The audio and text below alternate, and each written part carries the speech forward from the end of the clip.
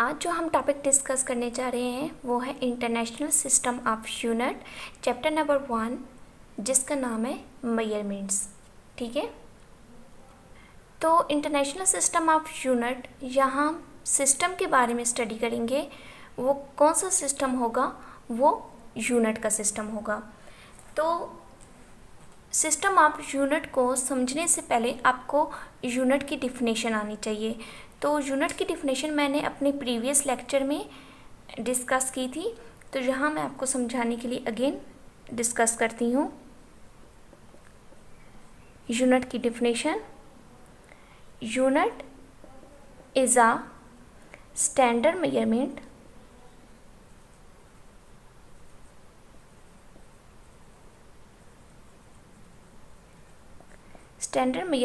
of a quantity.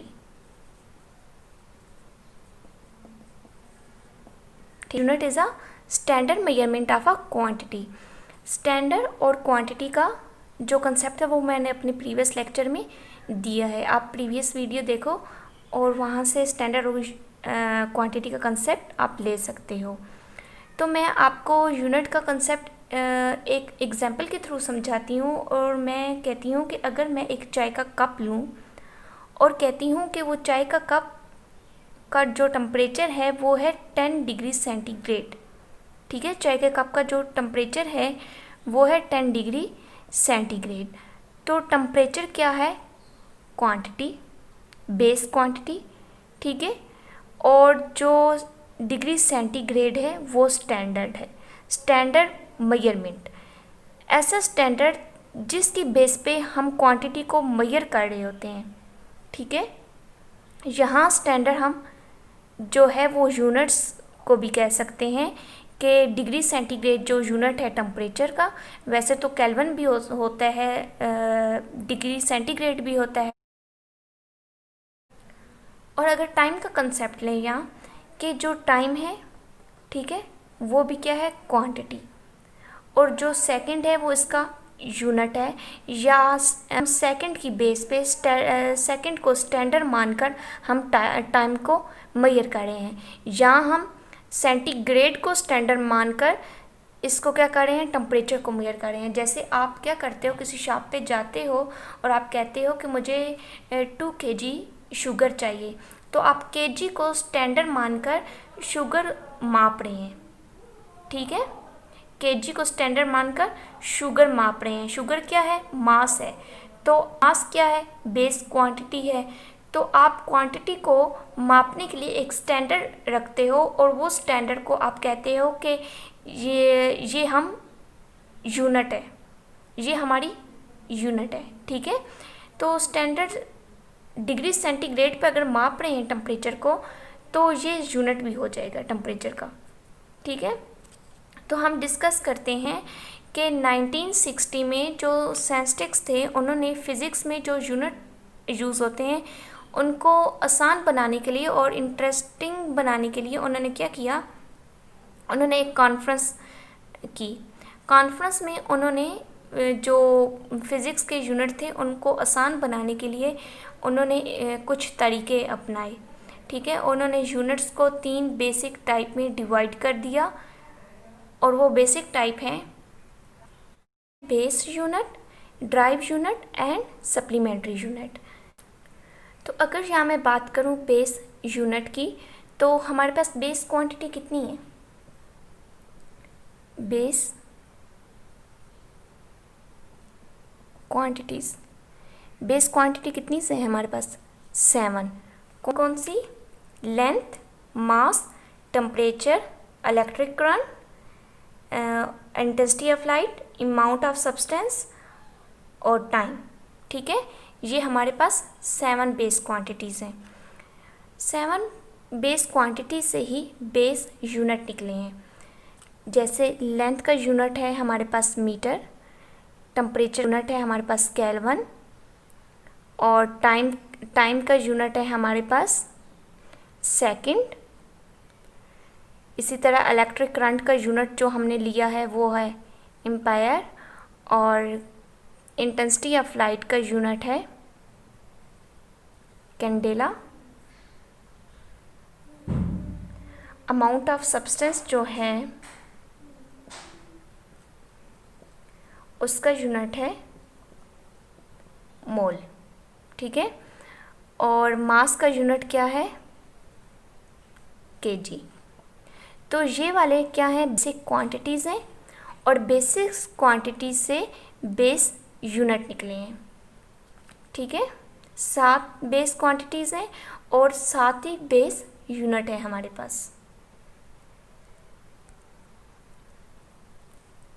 तो अब यहाँ मैं बात करूँ अगर ड्राइव यूनिट की, ड्राइव मतलब किसी चीज़ से निकल के आना, आखिज़ होना। अगर यहाँ मैं बात करूँ ड्राइव यूनिट की, तो जैसे ड्राइव क्वांटिटीज़ होती हैं, ड्राइव क्वांटिटीज़ कौन सी होती हैं, जो दूसरी क्वांटिटी से मिलकर एक न्यू क्वांटिटी बनती है, उसको हम कहते हैं ये ड्राइव क्वांटिटीज़ हैं, ठीक है। जैसे बेस क्वांटिटी कौन कौन सी थी, लेंथ, मास, मीटर, ठीक है।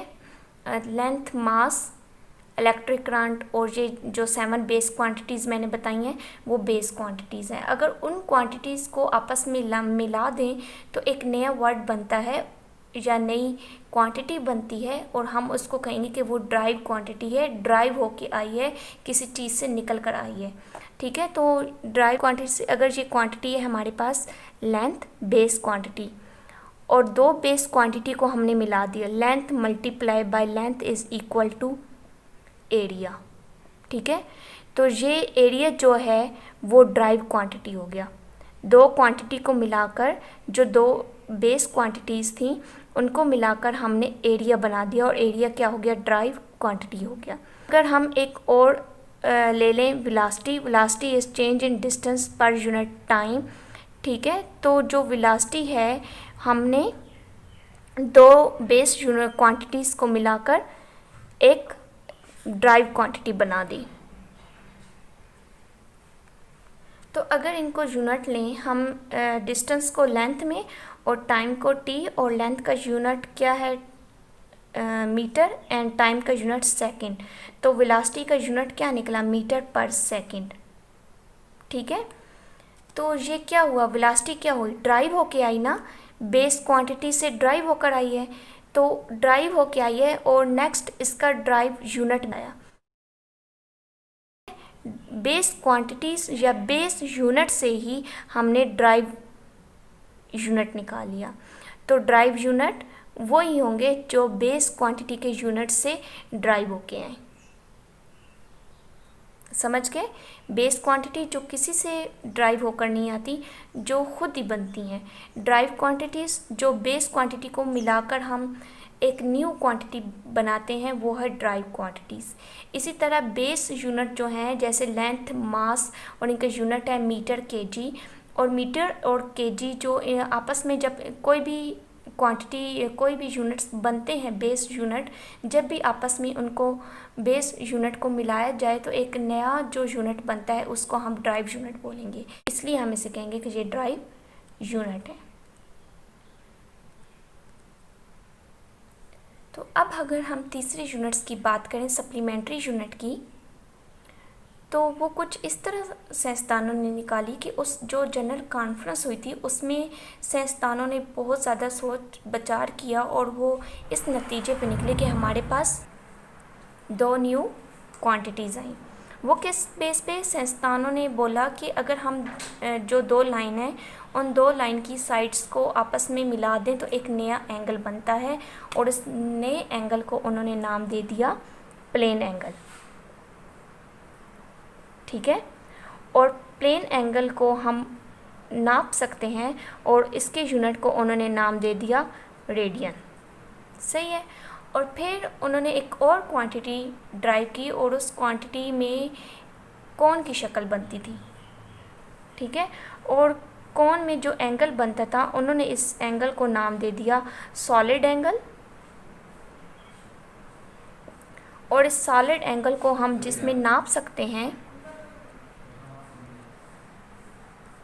वो यूनिट है स्टेरेडियन। अब रेडियन और स्टेरेडियन क्या चीज़ है ये डिस्कस करते हैं हम। अब रेडियन और स्टेरेडियन को समझने के लिए आपको सर्कल और स्फीयर के दरमियान मालूम होना चाहिए, ठीक है। तो मैं रेडियन में आता है सर्कल, रेडियन में क्या होता है, सर्कल होता है। और सर्कल जो है वो प्लेन एंगल बनाता है या प्लेन एरिया में होता है। आप एग्जांपल ले लो रिंग की, या जो आप बैंगल्स पहनते हो तो वो रिंग होता है जो अंदर से क्या होता है, खाली होता है, ठीक है, और बिल्कुल प्लेन होता है, सही है, ये है, ठीक है। इसका ये सेंटर है, सेंटर से और यहाँ तक इस पॉइंट का जो फासला होगा उसको हम रेडियस बोलेंगे। लेकिन जो स्फेयर होता है वो क्या होता है, यहाँ तो मैं इसे सर्कल की तरह ही बना रही हूँ, लेकिन आप इसकी एग्जांपल समझो फुटबॉल की। देखो रिंग एक अलग चीज़ है और फुटबॉल एक अलग चीज़ है। रिंग जो होता है वो प्लेन होता है, उसमें उसकी जो सरफेस होती है वो प्लेन होती है। लेकिन जो आप फुटबॉल की सरफेस देखें ना, तो वो सरफेस जो होती है वो बाहर की तरह निकली हुई होती है। तो हम कह सकते हैं कि जो फुटबॉल है वो 3 डिमेंशन है और जो सर्कल है वो 2 डिमेंशन है।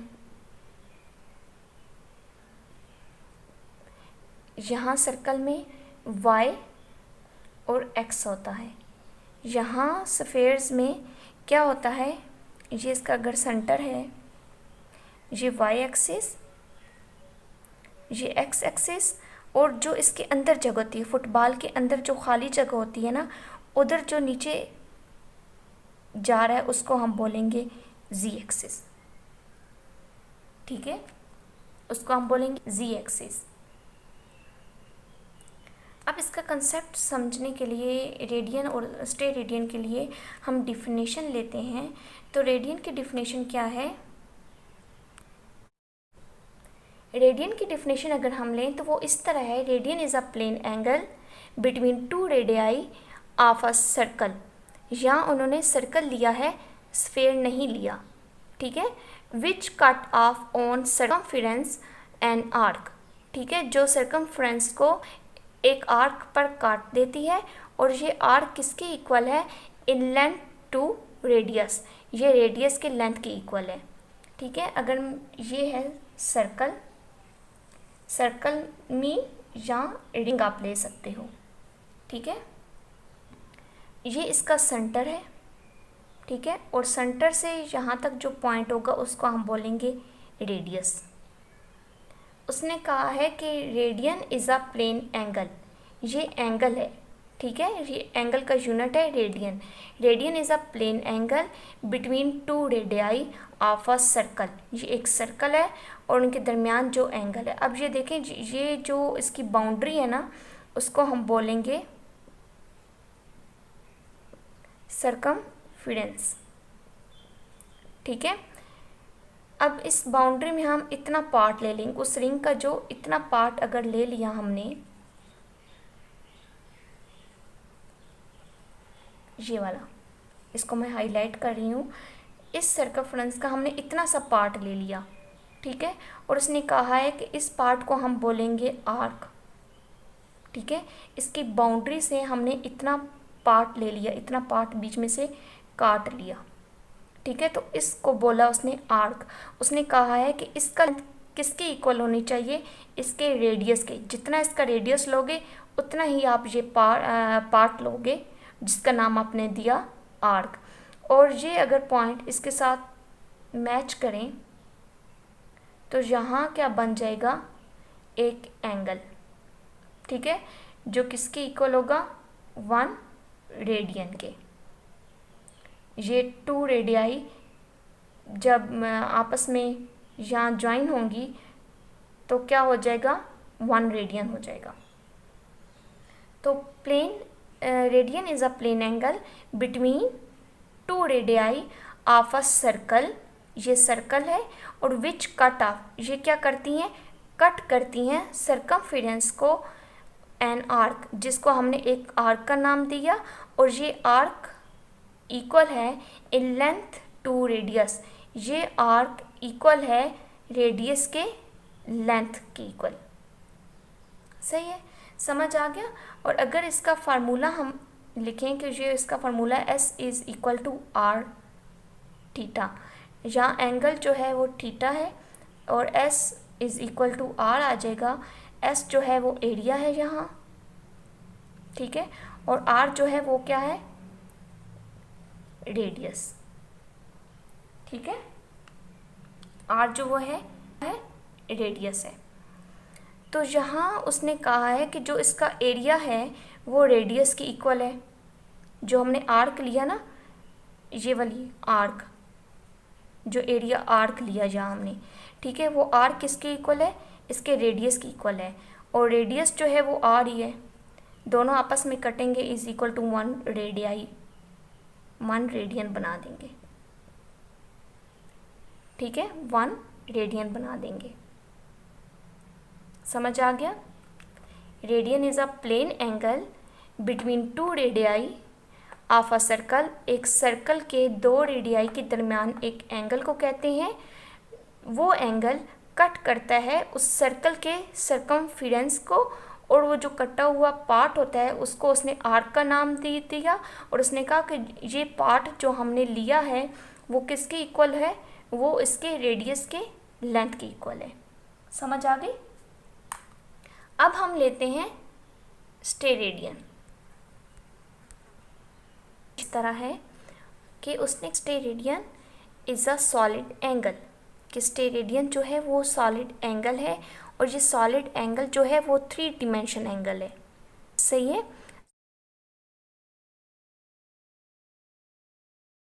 Subtended at the centre of sphere. Subtended का मतलब है कि जो बना हुआ होता है at the centre of sphere. अब रेडियन में उसने लिया था सर्कल, और यहाँ स्टेरेडियन में उसने लिया है स्फीयर, कि जो स्फीयर के सेंटर में बना होता है। देन एरिया, एक एरिया के ज़रिए ऑफ इट सरफेस, और वो एरिया किसका होता है, स्फीयर के सरफेस का। और ये एरिया किसकी इक्वल होता है, उसने कहा है कि ये एरिया इक्वल होता है to square of area of sphere, to square of radius of of sphere.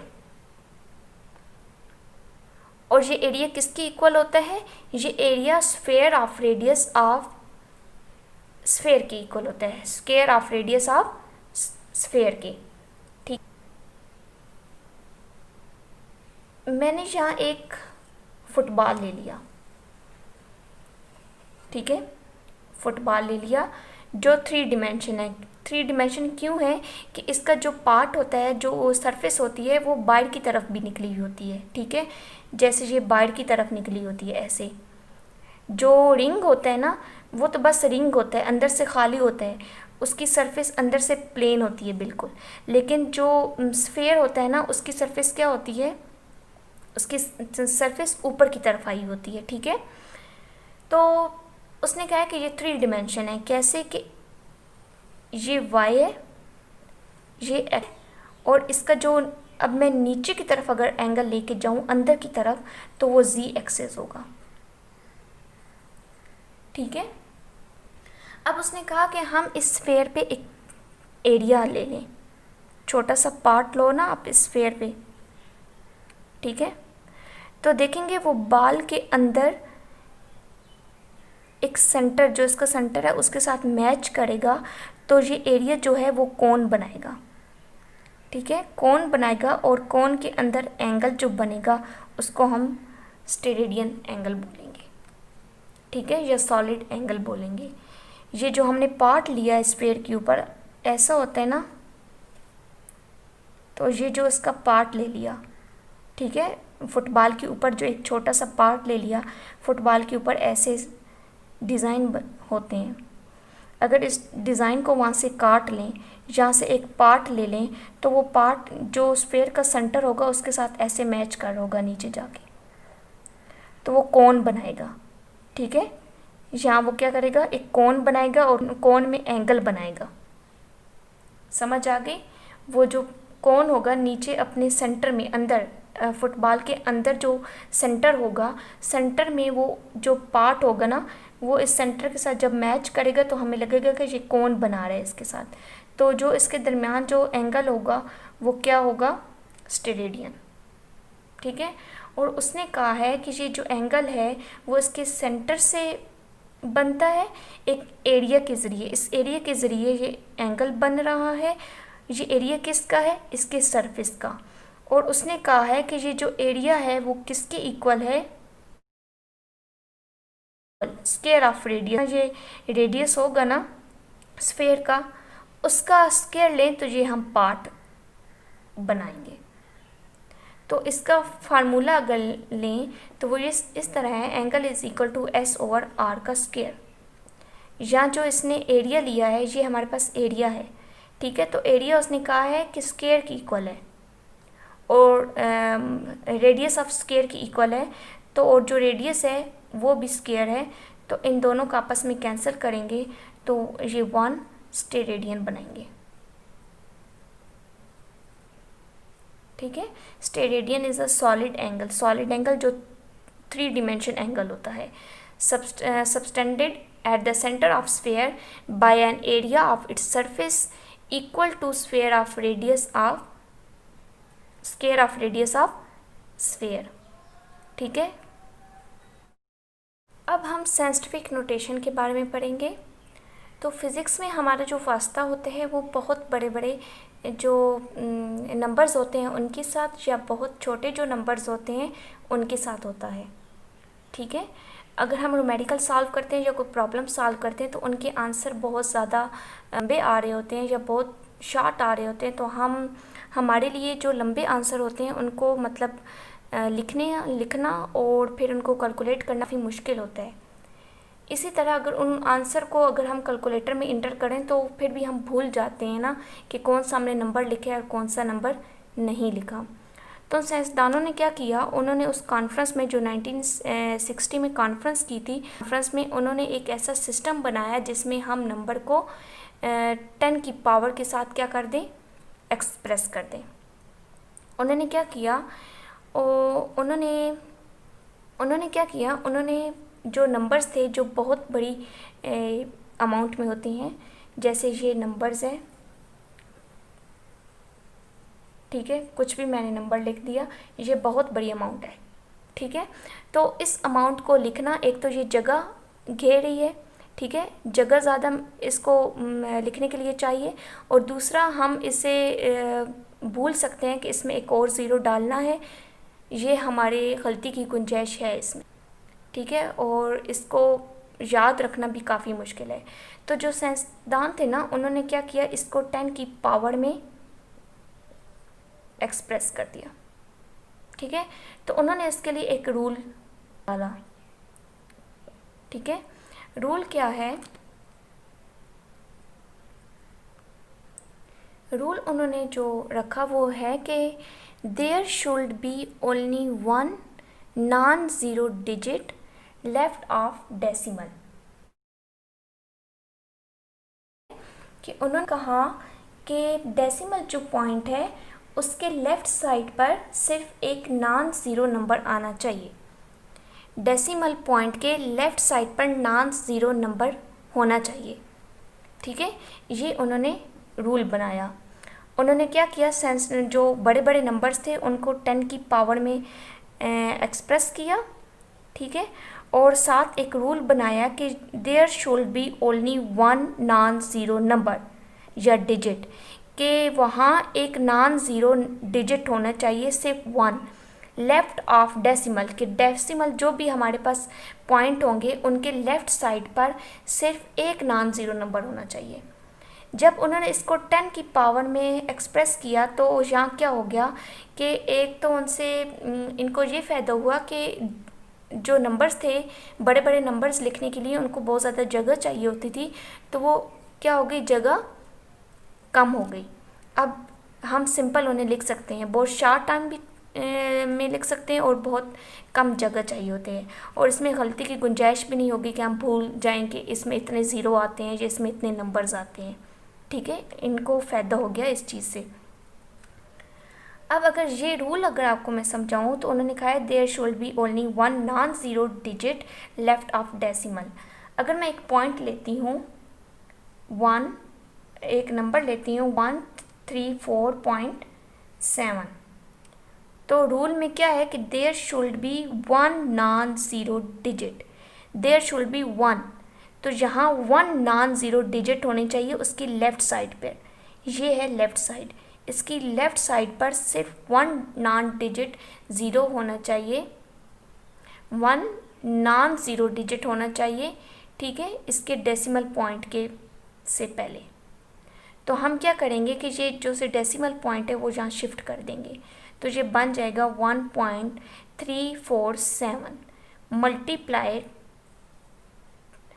10 और उसकी पावर 2। हमने 2 डिजिट से इसे शिफ्ट किया है ना, तो इसलिए इसकी 10 की पावर 2 आ गई। तो यहाँ उनका रूल फॉलो हो रहा है कि there should be only 1 non zero, अब ये नॉन ज़ीरो है, non zero digit left of decimal, decimal के लेफ़्ट साइड पर, ठीक है, राइट साइड इधर है डेसिमल की, डेसिमल के लेफ़्ट साइड पर नॉन डिजिट ज़ीरो नंबर होना चाहिए, नॉन ज़ीरो डिजिट नंबर होना चाहिए, ठीक है।